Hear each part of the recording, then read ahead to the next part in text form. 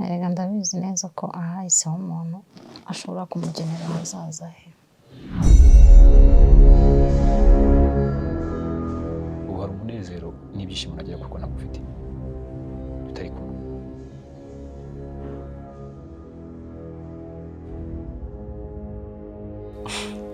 Ndagufite mu muryango wanjye byose cyane. ndavuga umuryango wawe nyine abantu bagukomokaho. Abana umugabo nyine uko bakunda Twe tuzabana neza cyane no kugukunda sibyo mpoye amahirwe ukankunda genda gukunda sinzigenda rimwe nkubabaza sibyo. buriya n'amateka y'iwacu nayabigiramo uruhare kugira ngo ninde gushaka, kandi nawe urayazi ntabwo ari ayo ngomba kukubarira.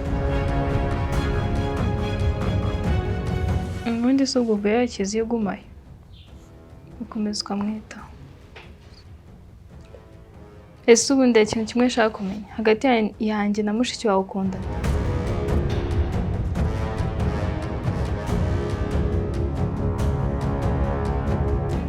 Nkatekereza ukuntu mama yazengerezaga papa, nkatekereza ukuntu yamuhemukiye kugeza n'aho amwambuye ubuzima.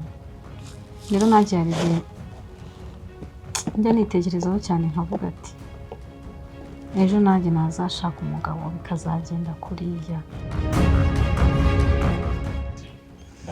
kubera ko ari kumwe na mushiki wawe ntabwo ari bwongere kuntekerezaho.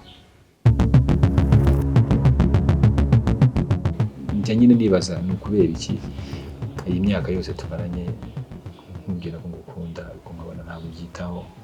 rero nta kintu nakora ku bwawe. Tuzi ko ngukunda ndabizi rwose kandi intego mfite no kumva numva nifuza ko twabana rwose.